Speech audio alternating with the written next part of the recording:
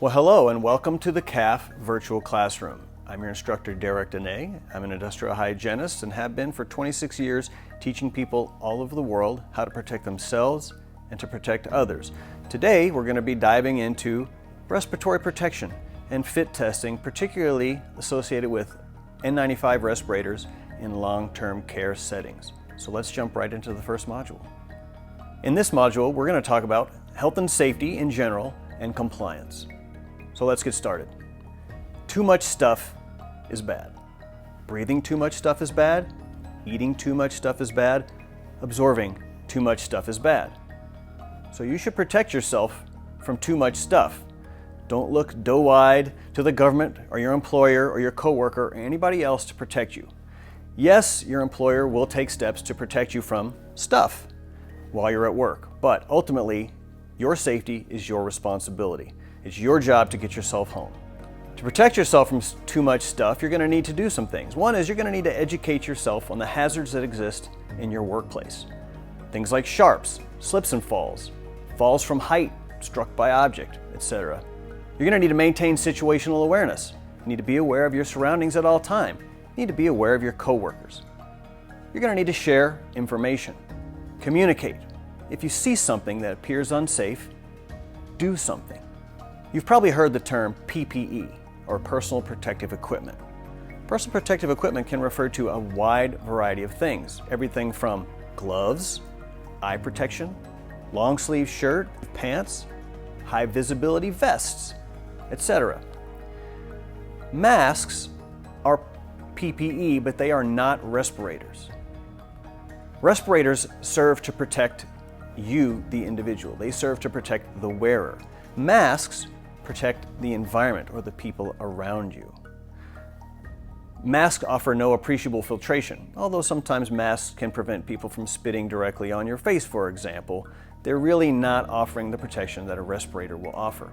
A respirator will modify your inhaled atmosphere, and they will provide you with air that is better than the air that entered the device. So let's talk briefly about the inverted pyramid of worker protection options. Elimination, substitution, engineering controls, administrative controls, and PPE. Notice that I started with elimination. Elimination is the most important of the controls. If you have a hazard, let's say you have a can of gasoline in your building and you're using it as a paperweight. Well, the best way to protect your team is not to put them in PPE or a respirator. The best thing to do is to eliminate that hazard altogether by removing the can of gasoline. If you can't remove the can of gasoline because you need that mass or that weight to hold those papers down, perhaps you could substitute the gasoline for something that's more safe, less hazardous, like water. A can of water may serve the same purpose as a can of gasoline to hold your papers down, and it would provide much less risk to the population. Engineering controls. Engineering controls come in all kinds of shapes and sizes, but essentially you're trying to eliminate or prevent the hazard using mechanical means in general. Maybe you put a cap on your can of gasoline, for example. You isolate the gas fumes inside of the can. Perhaps you build a box around the can of gasoline, thereby sequestering or isolating those emissions with a barrier. You could even ventilate. You could put some sort of exhaust system in place and pull those fumes directly from the gas can out into a safe location so it never reaches the employees, the residents, or you. You could also use administrative controls. For example, you can have the can of gasoline in a room but not allow employees to enter that room. And then lastly, PPE. If all those other items cannot be implemented, you're going to have to rely on personal protective equipment. You still want to try to eliminate the hazard, substitute the hazard, engineer it out, or use administrative controls. But at some point, you're going to need to wear PPE, and we're going to talk about that right now. Now, I recognize the likelihood of you having a can of gasoline in your building as a paperweight is virtually zero. But these same principles apply if you're trying to deal with an infection control situation, especially an airborne infection control. You can't eliminate the patients who may have COVID or do have COVID. So that kind of goes out the window. But you can isolate. You can put them in a room by themselves. You can ventilate that room, right? Airborne infection isolation rooms. But ultimately, when you enter that room, you're going to need to consider wearing PPE, a variety of PPE. In this class, of course, we're focused primarily on respiratory protection, the use of N95s for infection control. Even when you're wearing a respirator or PPE, you want to do some things to minimize your risk. One of them is time. You want to spend the least amount of time you can on target or in the environment that's hazardous. Second, physical distancing. You want to be as far away from the emission as possible. And lastly, shielding. You want to put barriers between you and the infected person or can of gasoline or whatever the hazard that you're dealing with is. So the goal of this virtual class is to help you learn how to protect yourself and others using respirators, how to make sure they fit properly. But there are other goals that we want to achieve. One of them is compliance. There are a variety of regulations that you need to be aware of and have some command and control of so that you can effectively protect yourself from not only health risk, but also the risk of liability, the risk of bad press, and all the ramifications of failing to adequately protect yourself and others.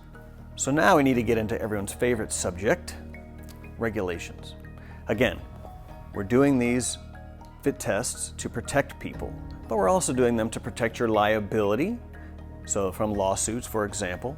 And we're doing them to protect your liability for compliance. Obviously, we want to be in compliance with regulations. So, what are some of the regulations we need to consider? Well, there are federal regulations that apply to all of the states of the United States of America, and then there are state-specific regulations, depending upon what state you're in, California, Arizona, New York, etc. There may also be county regulations and municipal regulations that you need to consider. So keep that in mind. Your jurisdiction will dictate what you need to know, what you need to do. So the federal regulation you need to consider is going to be 29 CFR 1910.134. That is the federal respiratory protection standard. You want to read that standard, and importantly, you need to have copies of and an understanding of the appendices. For example, Appendix A tells you very specifically the fit testing procedures that are mandatory. Appendix B1 covers the user seal check procedures, which are mandatory. Section B2, or Appendix B2, covers respirator cleaning procedures. Appendix C covers the OSHA Respirator Medical Evaluation Questionnaire, which is a requirement for all people who are going to wear a respirator to fill out. And then, of course, Appendix D covers the use of respirators that are on a voluntary basis, not mandated by an employer. Here in California, those federal regulations still apply. But in addition, California has Cal-OSHA. Cal-OSHA has a document called Title 8, 5144, which is the respiratory protection standard. It also includes appendices that you want to have a copy of and have a command and control of the information inside of them. Appendix A, or Part A, is fit testing procedures and general requirements for respirators in California. Part B is qualitative fit testing procedures or protocols. And then Part C is quantitative fit testing protocols.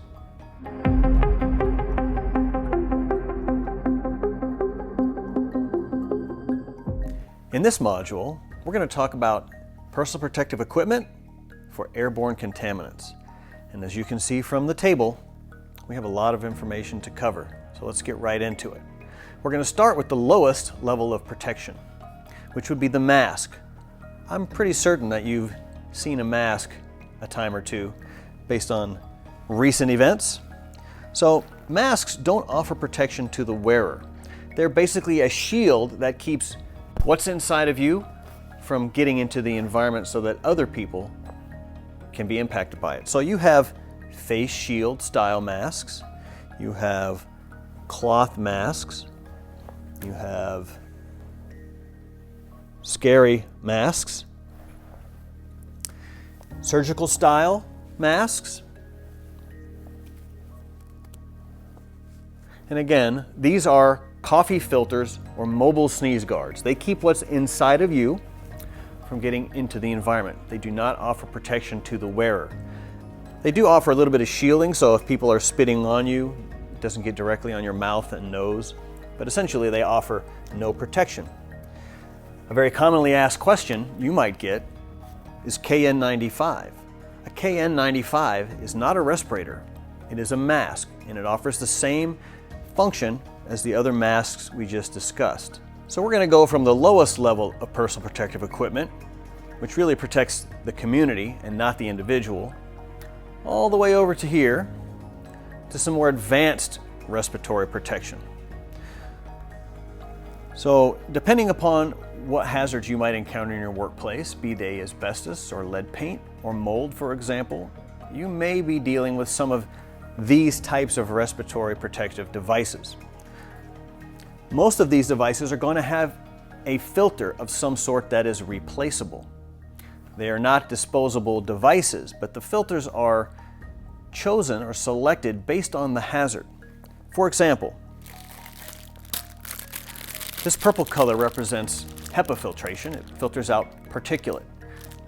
It's very effective for removing 99.97% of monodispersed particles at 0.3 microns in size, which are the hardest size particles to capture. They also capture more efficiently larger items and smaller items than 0.3 microns. But this is only a particulate filter.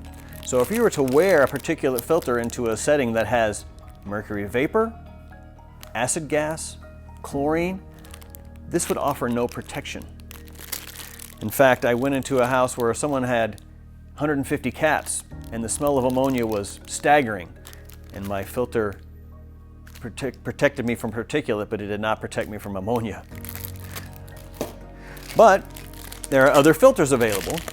This is an example of an organic vapor filter on one side, and on the other side it offers particulate protection. Now there are many kinds of filters, but you need to pick the filter that is most suitable for you.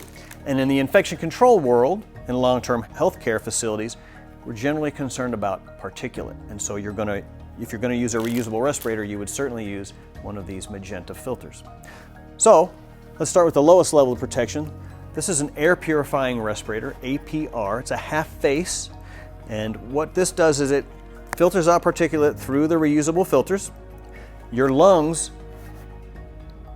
generate the suction or generate the pressure differential to bring air through the filters, and then you exhale through the exhalation valve. Stepping up from that half face APR, there are full face APRs. This has two sets of seals, one around the face, the mouth and nose, and one around the greater face. It offers more protection from a respiratory standpoint, and it offers more protection to the eyes. Downside to something like this, though, is they're a little bit heavy, and of course, if this fogs up or gets scratched, it impedes your vision. Moving up from there, we have powered air purifying devices. So this is a PAPR, powered air purifying respirator.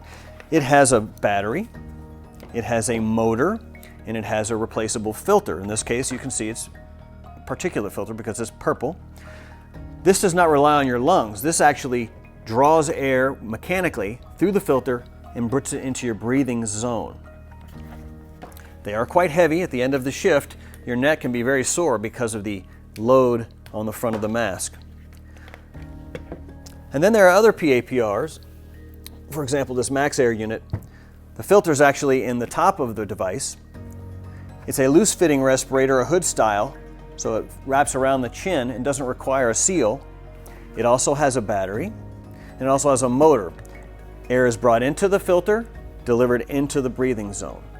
Now, you're probably not going to be using these devices, and that's not the intention of our class today, but we wanted to introduce you to the lowest end of protection and the highest end of protection.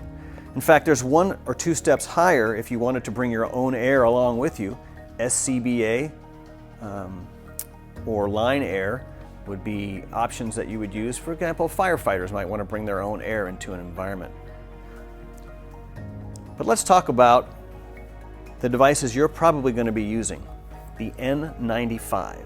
The N95 is a respirator. It's the lowest level of respirator that requires fit testing. It requires a medical release, requires you to have a respiratory protection program in place. before you use these devices. And you can see there's quite a variety here. These cup-style respirators, or N95s, come in various shapes and sizes. In fact, sizing is probably going to be something that concerns you. Some of the people you'll be fit testing will have a very big face and might need a very big respirator. Some of them are going to have a very small face and might need a very small respirator. These are the same brand and same manufacturer, but different sizes. There is no such thing as one size fits all. If you fit test 100 people, some of them are not going to fit a standard large respirator. So you're going to need to make sure you have a variety of respirator choices for them.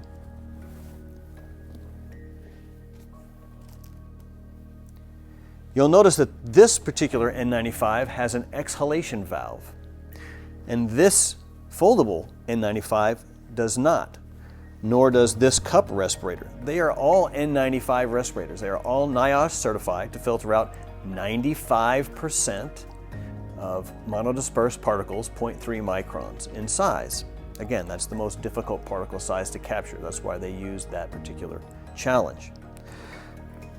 When you're dealing with infection control, an exhalation valve may be something of a controversy that you're going to need to consider. Exhalation valves make wearing the respirator very comfortable. When your hands are cold, you simply blow into them, like so, to warm them up.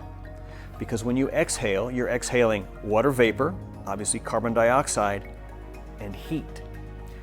When you have an exhalation valve, that water vapor, that carbon dioxide, and that heat very quickly leave your breathing zone, making them much more comfortable to wear. When you inhale, there's a little valve in here that closes, and that closed valve allows air then to only go through the filtering face piece. These are actually, N95s are called tight-fitting filtering face pieces. Essentially, the entire device is a filter, as opposed to this being a filter and then you having a face piece that is separate. For infection control, if you're worried about infecting others, you probably don't want a device with an exhalation valve, because what's inside of you will very easily leave the mask. If you're going into a room where somebody is infected and you're not worried about additional infections, you can opt for these. I know that supply chain issues have been an issue as of late, so you may use these in rooms where people are positive. But you probably want to use N95s, tight filtering face pieces that do not have an exhalation valve, so that they offer you protection, breathing in, filtering out the particulate through the filter media, but they also offer the resident protection.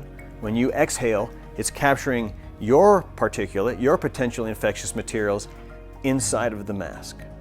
We're now going to demonstrate the donning, putting on, and the doffing, taking off, of an N95 respirator. You'll notice that Eric is holding the respirator in his hand like a cup. He has the upper and the lower strap dangling under his hand. He's going to place the respirator cup to his face, and he's going to put on one strap, and he'll put on the second strap.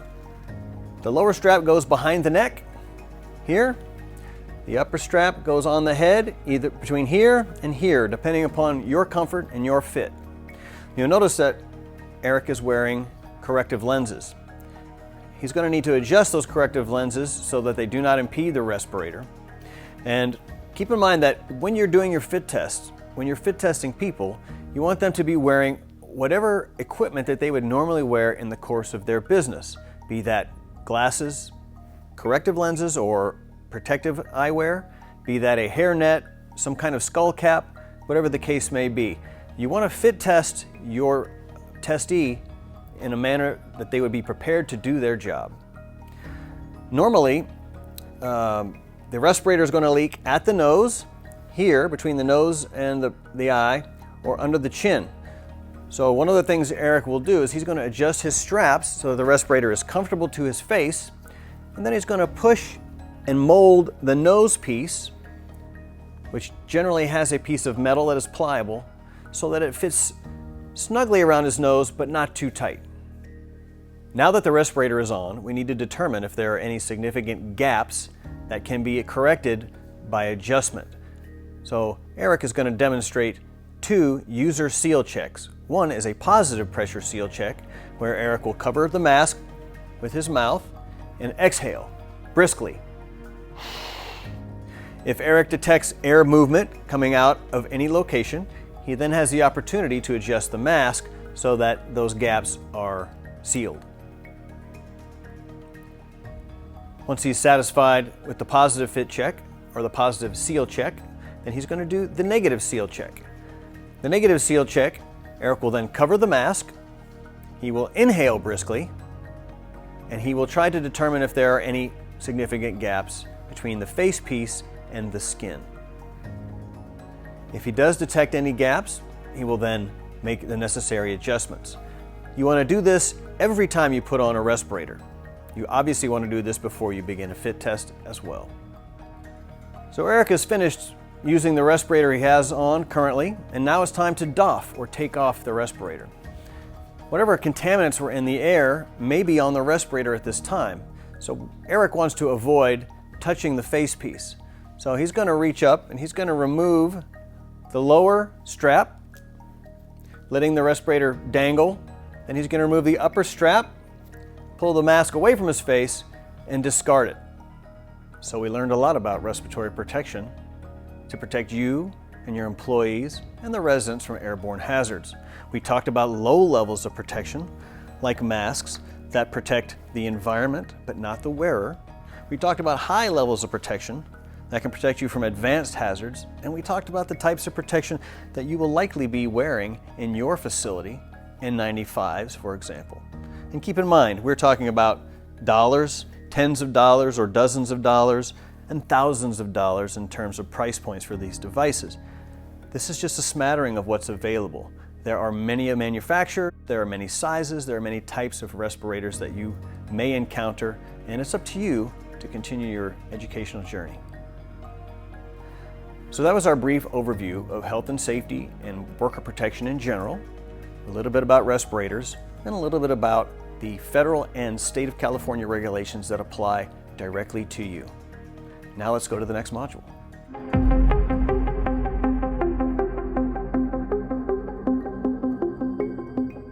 So as the fit tester, you've learned some basic foundational information about respirators, about PPE, airborne hazards. You don't need to impart all of that information on the test subject, but you do need to give them some information. So you're going to need to develop a fit test script or acquire one from a vendor that you trust. I'm going to go through a script that I like to use, and maybe it'll give you some pointers. First thing is the objective of the fit test. You want to let the test subject know, why are we doing this fit test at all? It's for their protection. We want to make sure whatever device is chosen actually is providing the protection it's designed to provide. Because if it leaks, it's just a mask. It's just for show. This is a safety device. It's designed to protect people from a hazard. You wouldn't be wearing this if there wasn't a hazard or a potential for a hazard. So fit testing makes sure that this device functions per design, and you want to let your students know that. You want to let them know that passing or failing your fit test does not jeopardize your employment. If they can't pass the respirator fit test with this one, then maybe we'll get them a different size. If they can't pass the respirator fit test with this size, maybe we'll get them a different brand. And in the event that they cannot pass a fit test at all, it would not jeopardize their employment. You want to keep that in mind because people get a little bit nervous when they take these tests, and you need them to be honest. If they smell the substance or taste the substance and they don't let you know honestly, they're hurting themselves, and we do not want people to be hurt.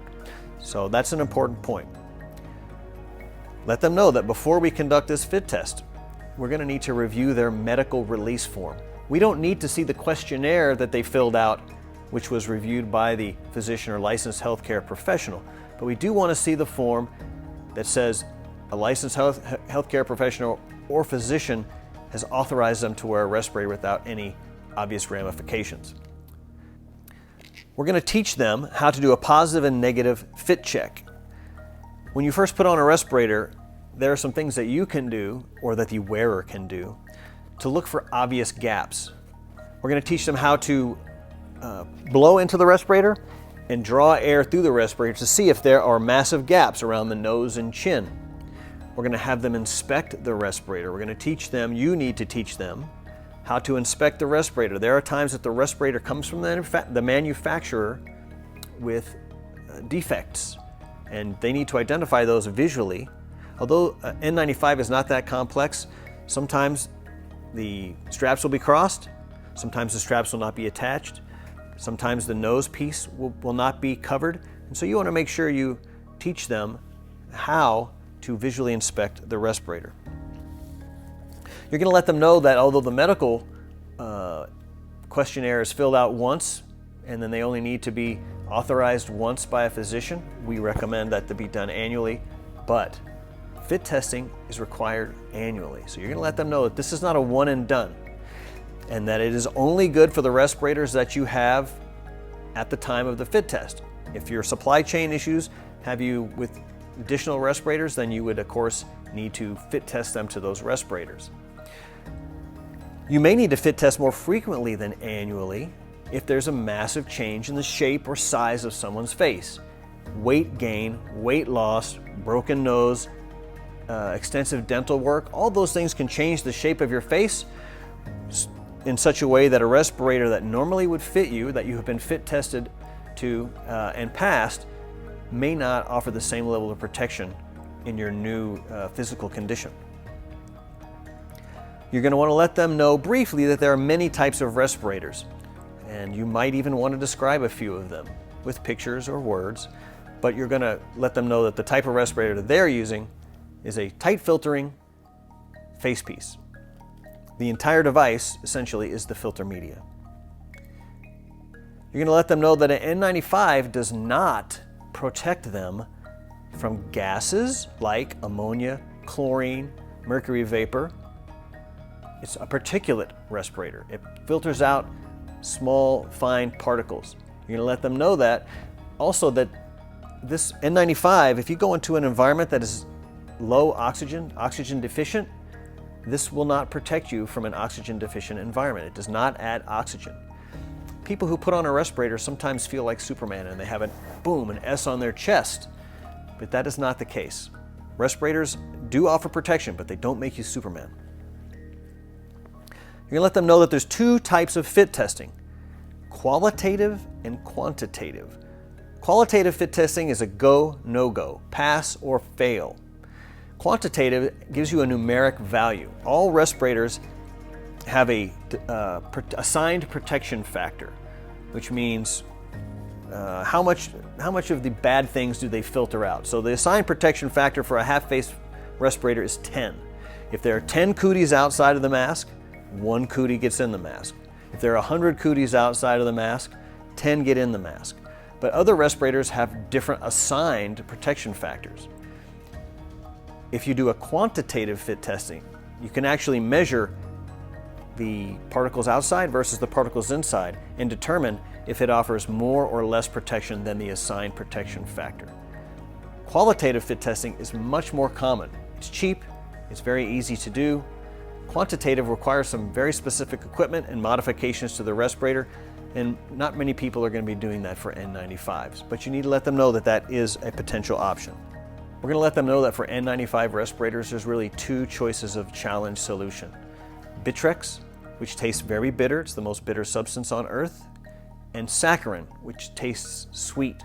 There are other types of fit test solutions that you can use, like irritant smoke or isoamyl acetate, which tastes like banana oil, for other respirators. But if you're fit testing for N95s, we're going to either be using saccharin or Bitrex. Because of the prevalence of respirators and N95s and masks on the market right now, you are going to let your students know that a KN95 and an N95 look very similar, but this is NIOSH certified and is guaranteed essentially to protect you from 95% of particles, 0.3 microns in size, and it will be more efficient at particles larger and smaller.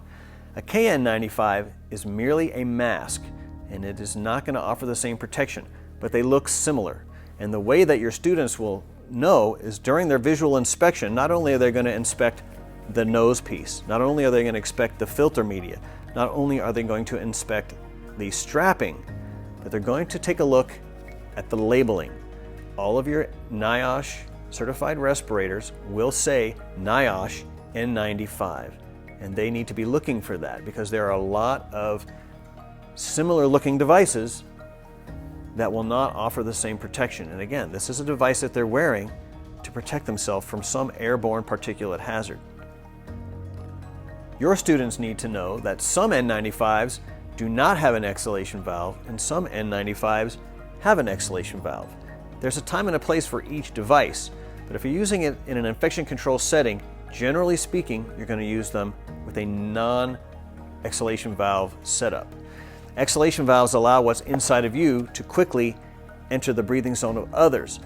And so if you're trying to protect people from an infection situation that you may be infected and you're trying to keep what's inside of you away from them, this would not be your choice. This would be your better choice. Your students should know that N95 respirators are single-use disposable items. There are supply chain issues during events like a COVID-19 pandemic that may force you to reuse disposable items. It is not recommended. It is not standard practice. However, you may find that there are some variances to laws, some relaxing of regulations during a pandemic that might allow you to use this respirator on Monday, this one on Tuesday, another one on Wednesday, and then in some way disinfect them in between uses. Again, these are disposable items, single use only. You're not supposed to reuse them unless there is some austere conditions that require it. In this program, we are not going to talk about reuse or disinfecting disposable N95 respirators. If you need to find out more information about that, you should probably contact a qualified vendor like an industrial hygienist. One of the requirements for wearing an N95 respirator is a fit test. We've been covering that extensively. The other is a medical release. We've also talked about that. But also, your employer has to have what's called a respiratory protection program. As part of compliance, the respiratory protection program is a document that describes how the employer is going to share respiratory information with you, what kind of respirators they're going to select, how they're going to care for them. And so this document should be available to you, the respirator wearer, at request. It should be available to OSHA inspectors at request or other compliance officers at request. If you don't already have a respiratory protection program, you can try to develop one on your own, or you can reach out to an experienced vendor like an industrial hygienist. So there are respiratory protection program templates available, but you need to tailor it very specifically to your facility and your employees and your resident population. You are going to be held to any demands that your respiratory protection program outlines. So, as I mentioned before, you need to be fit tested once a year, but your respiratory protection program might say twice a year. And if that is the case and you're not compliant, you would get a citation. You're going to want to let your students know that wearing a respirator can present risks to the wearer. What kind of risks can a safety device present to the wearer? Well, here's an easy one. Can you see me talking? You cannot. Can you hear me clearly? Maybe, maybe not. Communication is impeded when people are wearing a respirator. Students need to know that, and they need to adjust their work activities to accommodate that communication loss. Another thing that respirators do is they impair your peripheral vision. I can glance down at a ladder when I'm climbing without moving my head. I can use my peripheral vision when I'm using sharp objects, tools that might smash my fingers, for example. Dealing with needles, sharps are an issue in long-term care facilities.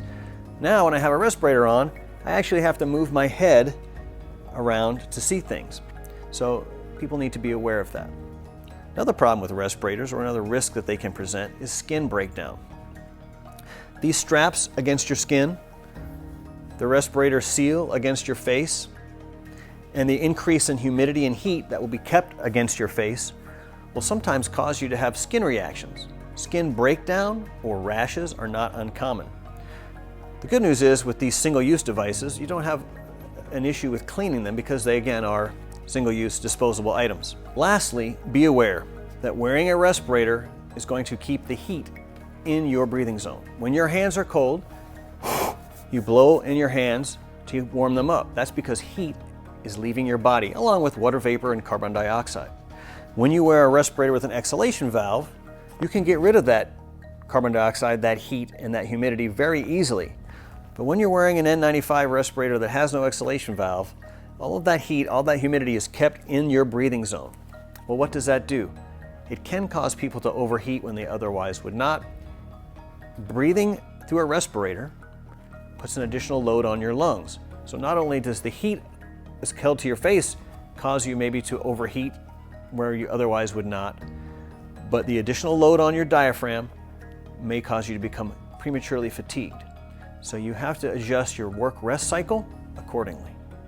There are certain tasks that you must do every time you wear a respirator. One of them, of course, is to inspect the respirator to make sure that everything is in the proper working order and that the respirator is indeed certified by NIOSH. The other item, or the other activity that you must undergo is called a positive and negative fit check. And I'm going to demonstrate that right now. Once you put the respirator on,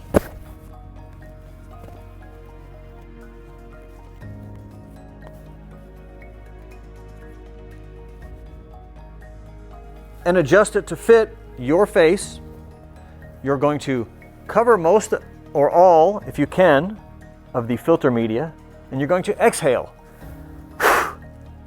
What you're looking for are massive gaps around your nose, around your chin, that you can identify and then rectify by adjusting the straps or by adjusting the nose piece. You're going to do, that's called a positive user fit check or user seal check. Cover the mask, rapidly exhale, and try to feel if there is air movement around your face piece to skin seal. The second thing you're going to do every time you wear a respirator is a negative fit check, negative pressure fit check. You're going to cover the respirator and inhale. And again, you're looking for gaps in the respirator face piece to face seal. It's important to remember that these respirators have some adjustment, but they're not totally adjustable. But there are other sizes, there are other makes, there are other models that you can use if you can't pass your own user seal check.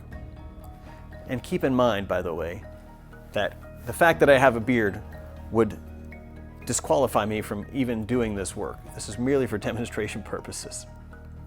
You're going to want to let your students know that there are federal and state standards that they are complying with as part of this program. You're going to want to list those standards and, if necessary, provide those students a link or a copy of that standard for their own benefit. When you're conducting your class, you may want to have a mirror handy so that students can actually see the respirator that they are wearing, especially while they're making adjustments to the straps or the nose piece. It often helps to have a mirror handy, so we would recommend that.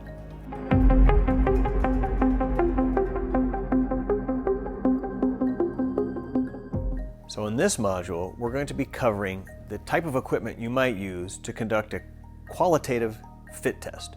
Keep in mind that there are quantitative fit tests that measure with devices, the concentration outside and inside the mask. We're not covering that. We're covering qualitative fit testing that's going to give the fit test store a reading of a go or no go on the fit testee. So let's start with the simple stuff. I have two nebulizers here. One is for sensitivity and one is for the fit test challenge solution. I have two solutions. I have a sensitivity solution, which is a weak version of the fit test challenge solution. And you can buy these from a variety of manufacturers, or if you're feeling frisky, you could make your own. You're going to have some type of hood. This hood is going to keep the fit test solution in the breathing zone of the fit testee. Generally, that hood is going to have a hole where you can insert the nebulizer.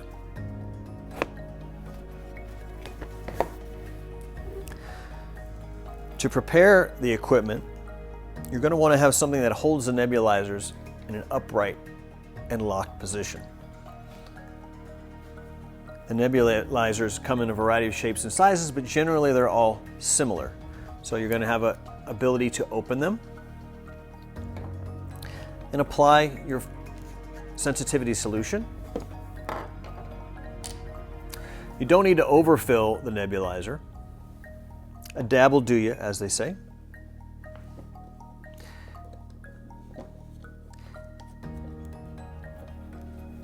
Then of course you would close the device. Now there are parts on these nebulizers that will wear out. Gaskets will wear out, and you can buy replacement gaskets. The bulbs will wear out, and you can buy replacement bulbs, or you can buy replacement nebulizers.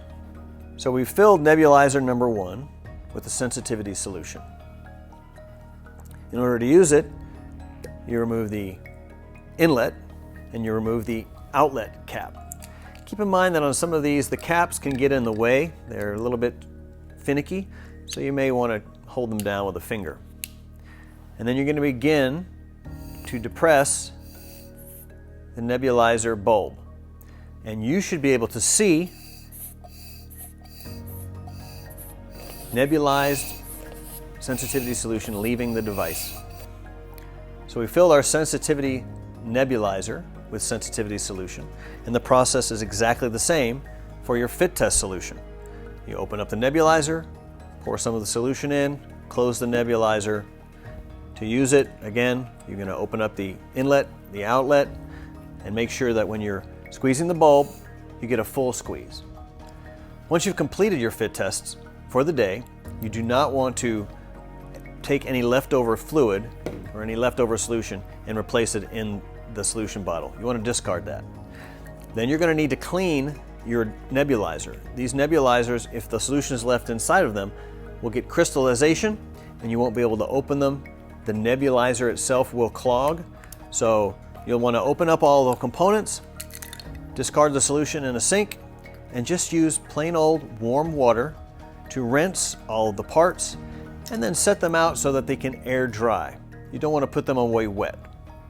So most of your kits are going to come with some nebulizer parts that are interchangeable. This part is often interchangeable, but sometimes you can service this part by taking a very fine pin and poking it in the hole if you get a clog. Properly maintained, there's no reason this equipment shouldn't last you a lifetime. Keep in mind that there are some parts that you would have to service or replace, and you will have to buy replacement solution when you run out. The hoods are pretty robust. Depending upon how often you use them, how you store them, and how you clean them between fit test subjects, the mask may or may not last you a lifetime. Over time, the clarity of your vision panel may degrade. So when you're storing it, keep that in mind that you don't want it to get scratched and abraded.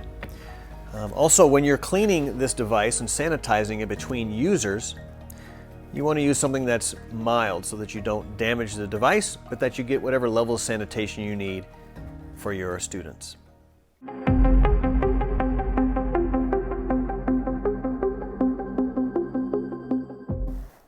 So before you fit test anyone, there are some things you're going to need to consider. One is you're going to want to see a signed medical release clearing that individual to wear a respirator. Wearing a respirator puts an additional load on people's lungs. Some people are claustrophobic, and this is a way to identify that. So a medical provider, they call them PLHCPs, or physician or licensed healthcare professional, needs to sign off on that person's ability to wear a respirator. The PLHCP determines that by, one, looking at the medical questionnaire, which is required by federal standards 1910-134. In addition, that physician may want to examine the patient. That's up to the physician. But you need to ensure that they have a certificate that says they're clear to wear a respirator. Another interesting thing you need to know is that it's important for them to have a clean shave. Where the face piece touches the skin, the interface of the mask and the skin, there needs to be no hair, no beard, no stubble, because anything that is in between the seal of the respirator is going to reduce the efficiency of that respirator. Now, I know that you're going to have people show up if you're doing fit testing and they are not going to have a clean shave, In fact, they may have a full beard. And you're going to have to either turn them away or hand them a razor and say, get to it. You can have facial hair when you wear a respirator. Again, it just has to make sure that you don't have any hair where the respirator interfaces with the skin.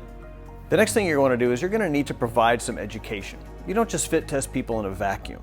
You want them to have an understanding of what are the obligations, what are the limitations, what are the care and use factors that people need to consider when they're wearing a respirator, especially in your workplace. These things should be tailored to your workplace. And so you're definitely going to want to have some sort of educational module that teaches people what are their obligations, limitations, how do they care for these respirators. Of course, if they're single-use respirators, they're disposable, there's not much care to be considered. But you're going to want to give them that education in a very succinct way, a repeatable way, because that's important for the use of the respirator. Here are some additional tips. You want to make sure that you're complying with the hazard communication regulation, not just the respiratory protection standard. So you want to have a copy of the safety data sheet, or SDS, for the solution that you will be using in the fit testing. For N95s, generally it's going to be either a saccharin solution or a Bitrex solution. The manufacturer of your kit should be able to provide that information, or you could probably find it online. Another important thing you want to consider is that fit testing sometimes makes people lightheaded. The exercise, the movement of the head can sometimes result in people becoming dizzy, and they may have a tendency to fall. You don't want anybody getting hurt while you're trying to provide them safety protection. So you definitely want to have what we call the Syncope Chair. When you're conducting a fit test, it's important to know that people can lose their equilibrium. Heavy breathing, nodding up and down, looking left to right, can sometimes cause them to get dizzy, and you need to have what we call the Syncope Chair. So you want to have a chair that is up against a wall, like we have here in our demonstration, so that when they fall into that chair, it doesn't move. And when you're conducting your work, you want to be able to stand directly in front of them and push them in the chest. You'll probably want to let the student know that this may occur so that they're not uncomfortable if it does happen. So we're going to demonstrate.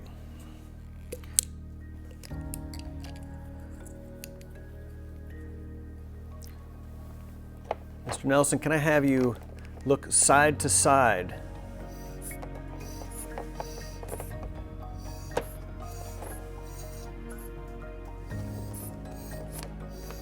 Now can I have you look up and down?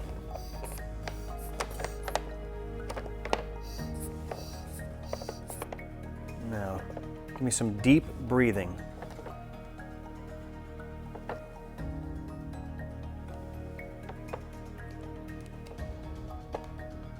All right.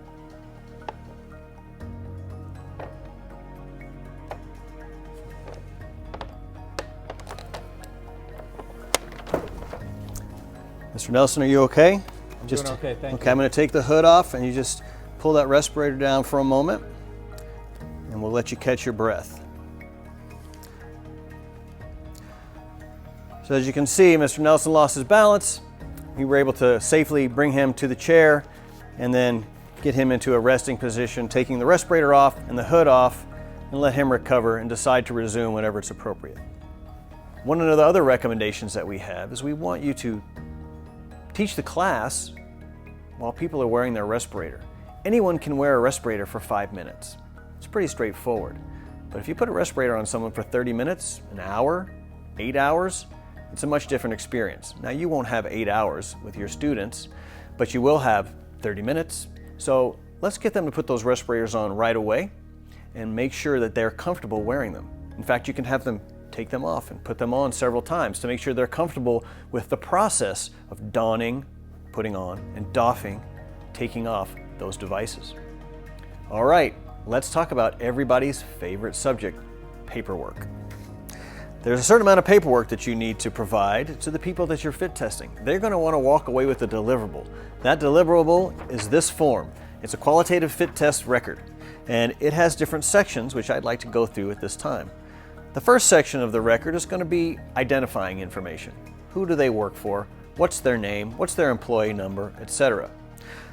Another part of the information is a medical clearance. Remember, you don't want to fit test anyone who does not have a medical release from a physician or licensed healthcare professional that says that they're capable of wearing a respirator without any deleterious effects. They're not going to get injured by wearing a respirator while you're giving them a fit test. You want that assurance. The next section is respirator specific. Keep in mind that an N95 is not an N95, is not an N95.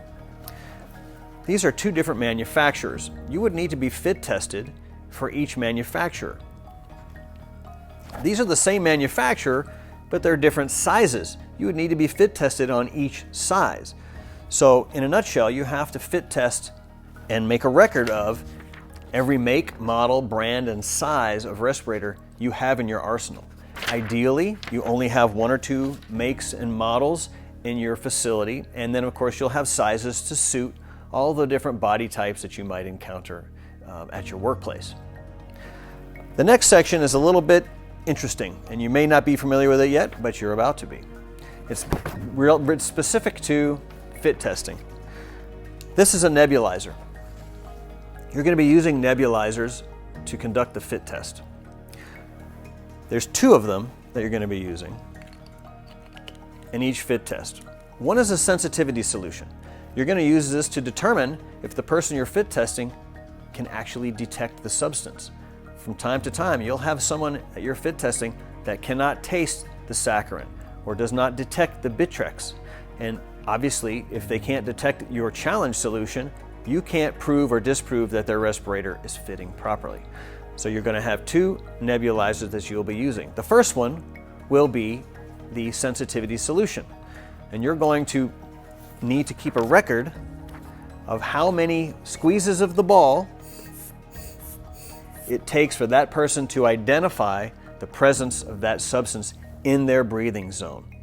And so we're going to have a demonstration of this later, but you're going to need to keep track of how many times you squeeze the ball.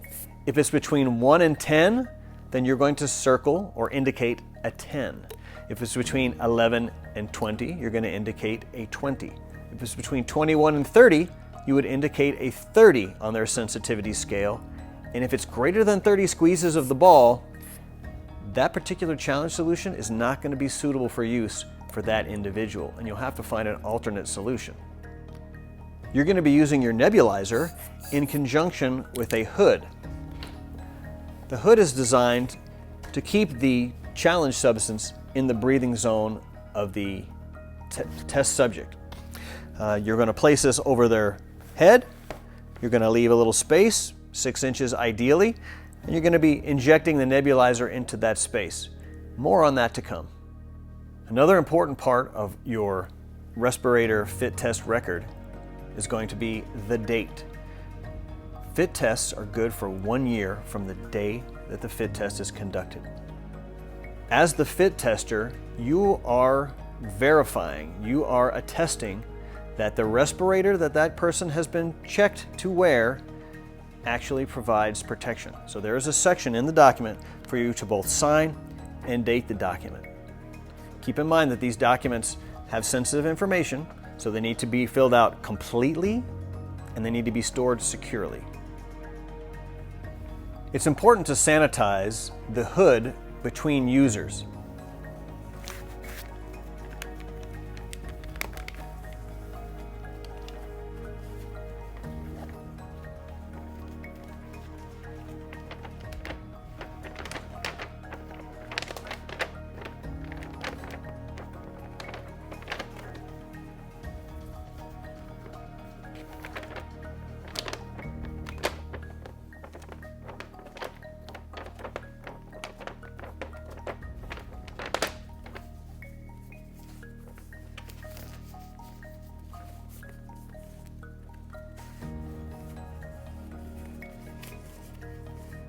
So Eric, we're going to be conducting your fit testing soon, but I want to recap a couple of things first. You've had a chance to review your respiratory protection program, and you're aware that it is available for you to review anytime from your employer. You've provided me with a medical release that says from a physician or a licensed healthcare professional that you can wear a respirator without any hazards to yourself. and you've received education on the obligations, limitations, use, and care of a respirator. So now we're going to move into what we call the sensitivity check. So you'll see that I placed a chair behind you and pushed it against the wall. We call this the Syncope Chair. If at any time while we're conducting this test you seem to lose your balance, your equilibrium, I'm going to probably push your chest and guide you to that chair, and then we'll work from there. Is that acceptable? It is. Perfect. This is the sensitivity solution. It's going to determine whether you can detect the substance that we're using to challenge your respirator fit. This is Bitrex. It's a very bitter tasting substance. This is a dilute version of the Bitrex solution we'll actually use once you have a respirator on. But we need to ensure that you can indeed detect Bitrex. So I'm going to place the hood on you. I'm going to have you in front of the chair, and I'm going to spray this into the mask. You're going to open your mouth slightly, and you're going to eject your tongue from your mouth for the duration of the test. Is that acceptable? Very good. Okay, we're going to place this over your head, and we're going to leave as much space in front of the between your nose and the opening, so that I'm not spraying this directly on your face.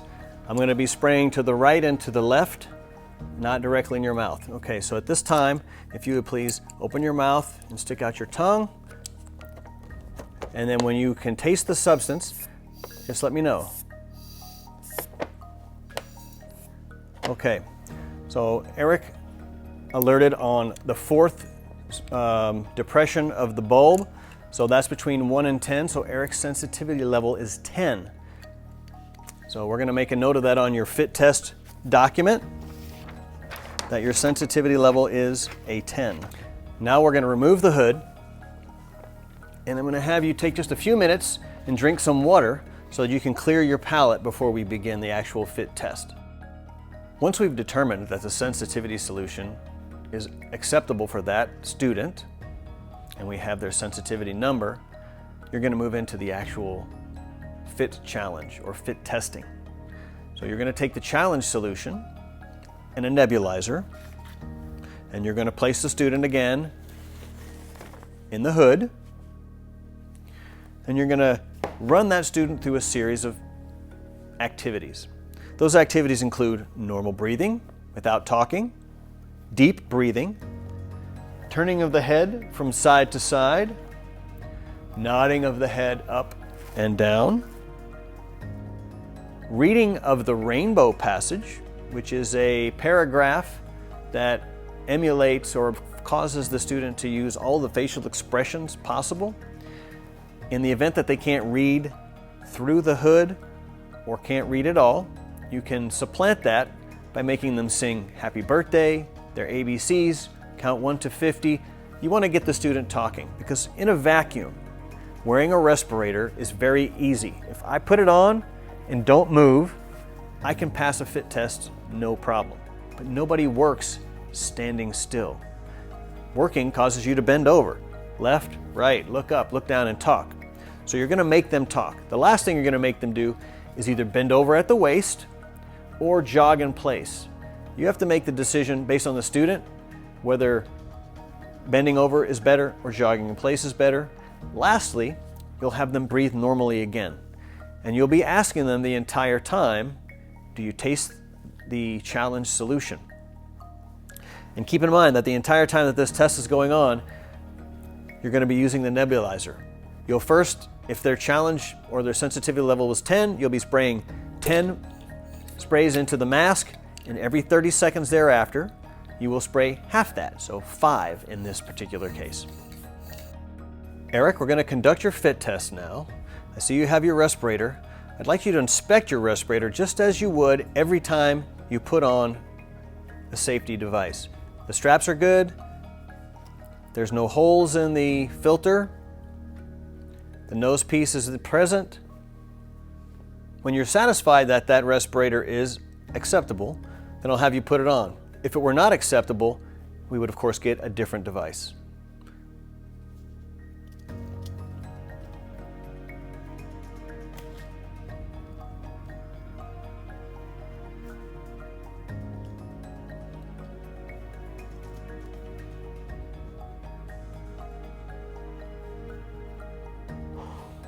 Positive fit check. Negative user seal check. Good to go. Okay. And do you wear any additional equipment during the course of your business? A headpiece or a bandana or anything of that nature? Just my eyeglasses. Okay, perfect. I'm going to have you step in front of the chair, and I'm going to place the hood upon your head, just like we did when we did the sensitivity check. And as you'll recall, your sensitivity was 10. I'm going to spray 10 sprays of the challenge solution in the mask, and then every 30 seconds I'm going to refresh that with half that number, 5 squirts of the solution. I'm going to have you do some exercises. You don't have to be super robust, but we're trying to make sure this respirator fits you while you work. Nobody works in a static scenario. So I'm going to have you do normal breathing without talking. I'm going to have you do some deep breathing. I'm going to have you turn your head from side to side. I'm going to have you look up and look down. I'm going to have you read what's called the rainbow passage, which is a paragraph that will make your mouth contort to all the shapes that your face can make to see if there are any leaks. And then I'm going to have you jog in place for 60 seconds. And then we'll have you do normal breathing for 60 seconds. So each of those items I just mentioned is going to be a 60-second event. And I'm going to continuously be spraying every 30 seconds, 5 sprays, because again, your sensitivity level is 10, into the hood. Do you have any questions? No. Okay, we're going to begin. So I've got the Bitrex solution. I'm going to open up the inlet, open up the outlet, and I'm going to begin. If you just want normal breathing, I'm going to begin by spraying 10 puffs into the mask. Just normal breathing.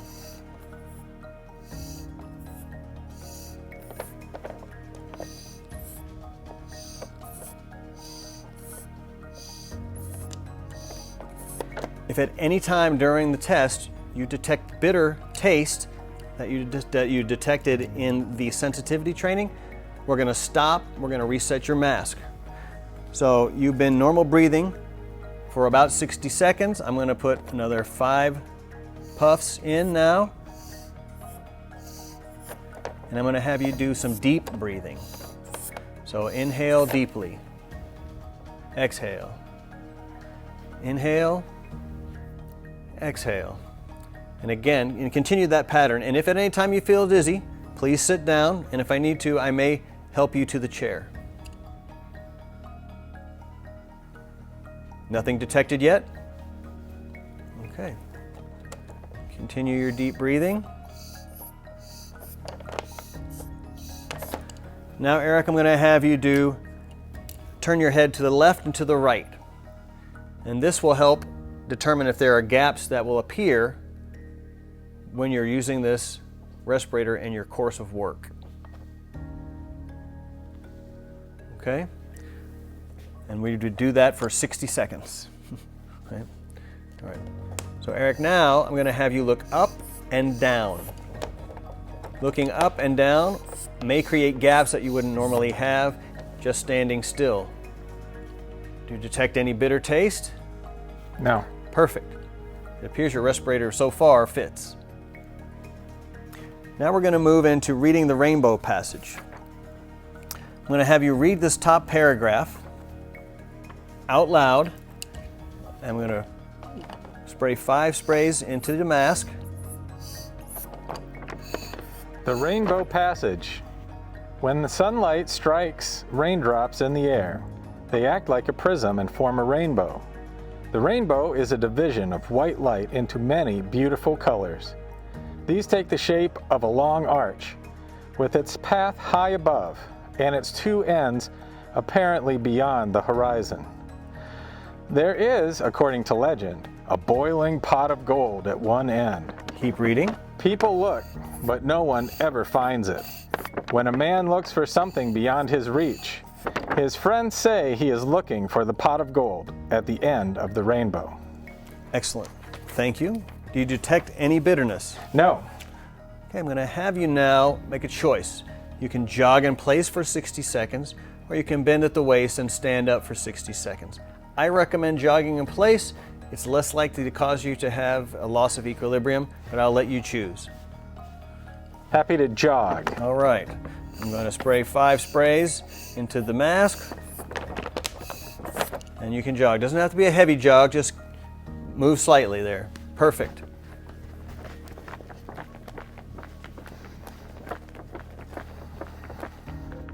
Okay, perfect. All right, so your jogging in place did not cause you to have a bitter taste in your mouth? No. Okay, then the last thing I'd like you to do is just breathe normally now and try to relax.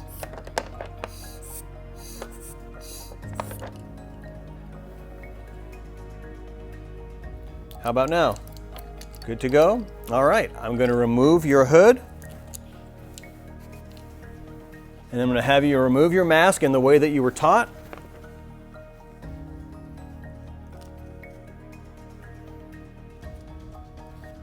Congratulations, you passed your fit test with that particular make, model, and size of N95. So you've just witnessed a fit test in action. Keep in mind that the goal of fit testing is to ensure that the safety device, which is a respirator, an N95 in this case, fits that particular user, that make, that model, and that size. If at any time during the test, the testee was to detect the fit test solution, we would pause, reset, clear their palate, adjust that particular device, or we would get a different device and retest them. Remember, fit testing is not a reflection of the wearer or a fault of the wearer, whether they pass or fail. It's just a reflection of whether that particular device fits well on that particular person. We're all different, and that's why we do fit testing. Now that we've completed all the fit tests we want to do for the day, it's time to clean up our messes. So you want to make sure you empty your nebulizers. Do not put the solution back in the bottles if there's solution left. You want to open them up, run them through some warm water, and let them air dry before you put them away. All right, this is a copy of your completed fit test record. It's your copy. We'll keep a copy on file, and we look forward to seeing you in a year for your next fit test. Thank you. Well, fantastic. We covered a lot of information today in our virtual classroom about respiratory protection, particularly about N95 respirators and fit testing for long-term care providers. Respiratory protection fit testing is an important part of compliance. It is an important tool in your ability to make sure your coworkers and you go home safely at the end of the day and that your residents are protected. There are additional resources that are available, particularly things like hands-on training that you may want to consider in the future. Thank you for your time.